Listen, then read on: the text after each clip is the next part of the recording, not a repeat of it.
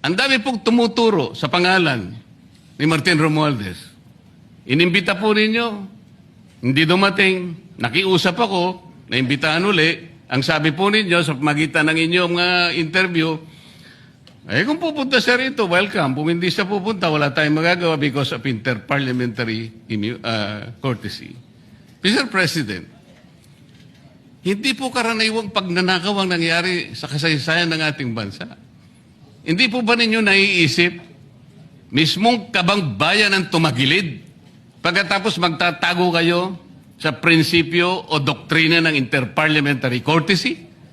Kung ako po ang chairman ng Blue Ribbon Committee, Mr. Chair, Mr. President, hindi ko po igagalang inter-parliamentary immunity sapagkat ang pinag-uusapan dito ay interes ng mamamayan. Huwag po tayong magtago kung saan-saan. Sinabi po ninyo, Mr. President, Senator Lacson, yung Apostille Convention.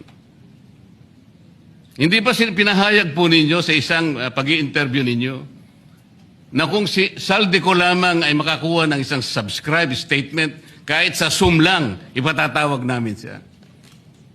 Bakit hindi po ganun ang ginawa ninyo? Pwede naman siyang mag-Zoom pagkatapos na magkaroon ng apostilled sworn statement.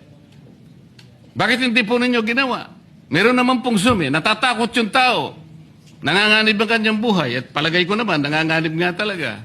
Iintay pa po ninyo na humarap sa inyo? Pwede naman ang Zoom eh. Kung talagang gusto nyong tuntunin ang lahat ng mga ebidensya na dapat nating puntahan.